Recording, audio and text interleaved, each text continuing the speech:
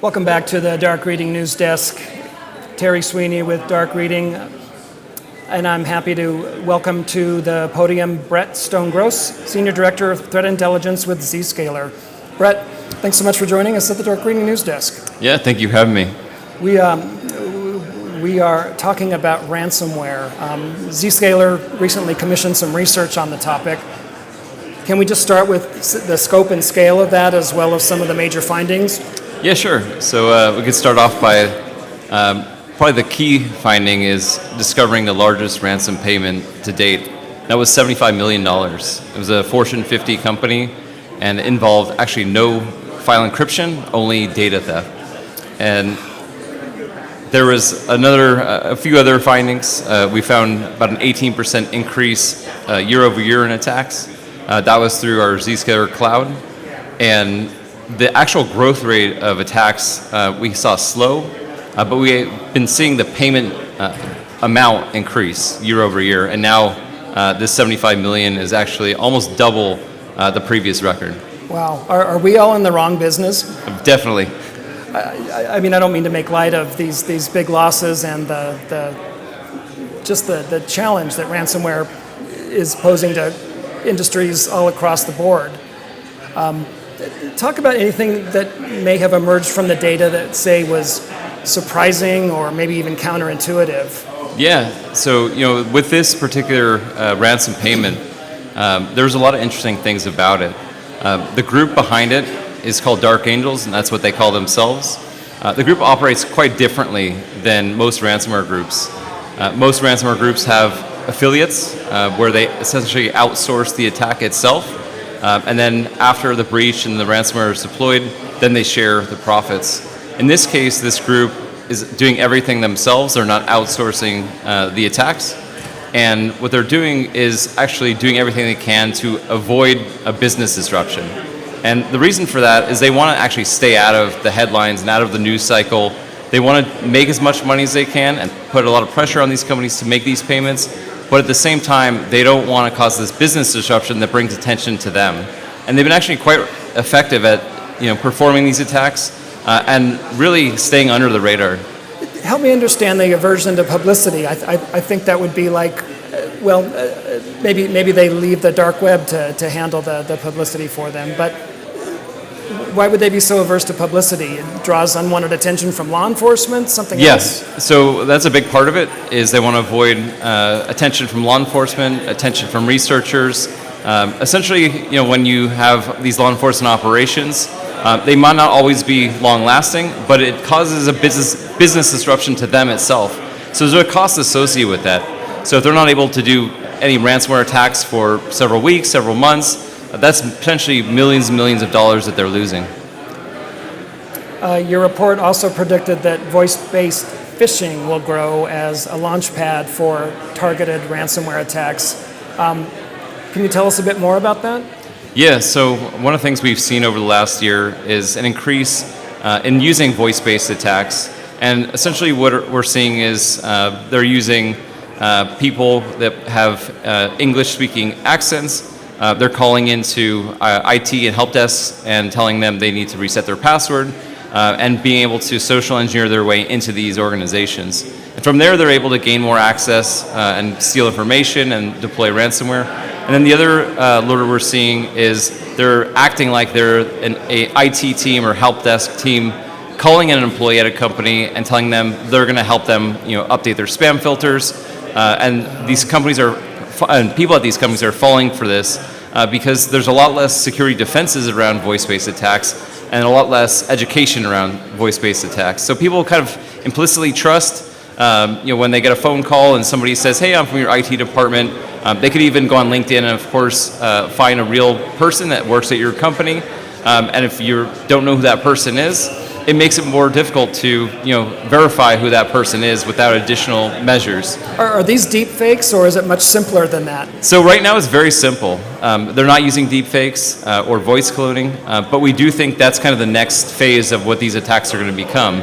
And when these voice-based cloning or using AI cloning attacks, we think that it's going to be much more difficult to determine, is it your boss calling you? If it sounds like your boss, the phone number looks like it's coming from your boss, There are still measures like that we recommend you take. For example, you can hang up and call that person back.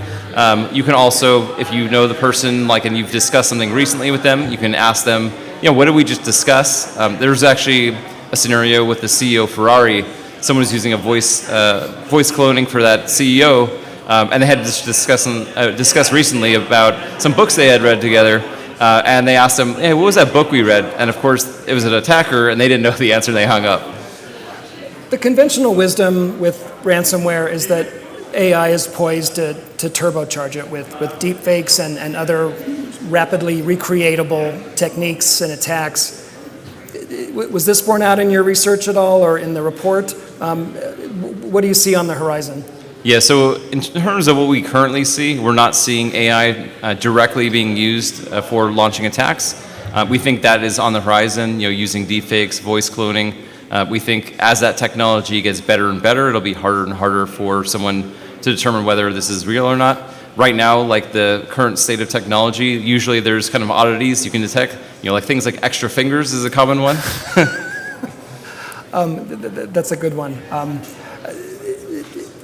It's shocking though the fidelity of a lot of these deep fakes. They are getting better and better. I assume that's only going to continue to improve. Yeah, that's right. The more data that you put into training AI and fine-tuning those models, the better they'll get.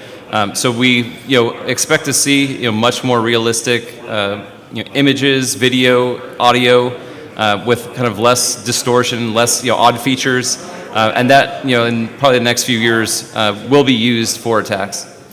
What guidance do you have for where organizations should focus investment and attention and resources to protect themselves against ransomware?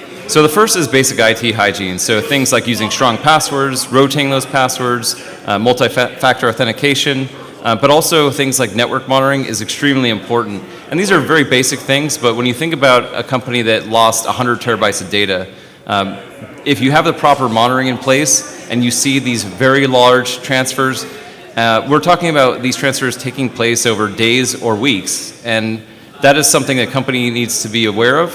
And data is being collected by a lot of companies, and that data is going to continue to increase in terms of volume, and a lot of that will be used for training AI. So that will continue to be a target for these attacks.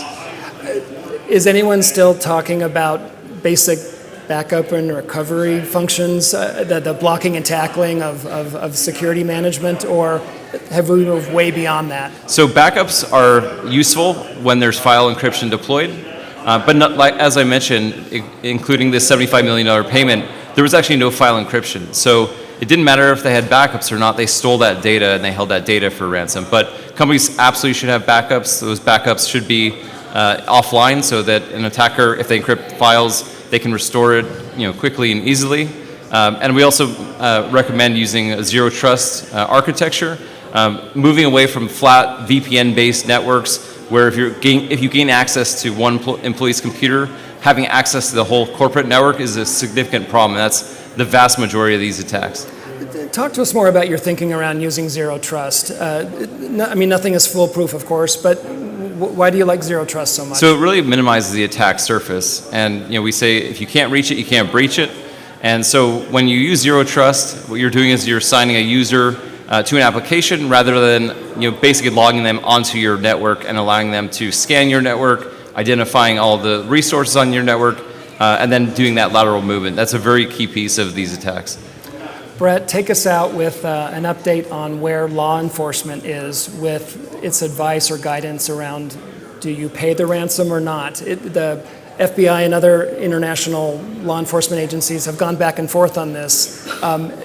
Some of them have actually just taken a neutral stance. What's your sense there? So it's a good question, and it's also something I don't necessarily recommend one way or the other. I think every company has to make that decision for themselves. Some companies, they're put in a position where it's, the entire business is on the line, where if they don't pay that ransom, they won't have a business. So I can understand, some people and some of these companies are in very difficult positions. Ideally, if they don't need to pay the ransom, they can restore from backups. Nothing too sensitive has been stolen. Then it's probably better not to pay a ransom. Well, Brett, a great and chilling update on ransomware. Thanks so much for joining us at the Dark Reading News Thank you. Desk. Thank you for having me. Appreciate it. We've been talking with Brett Stone-Gross of Zscaler.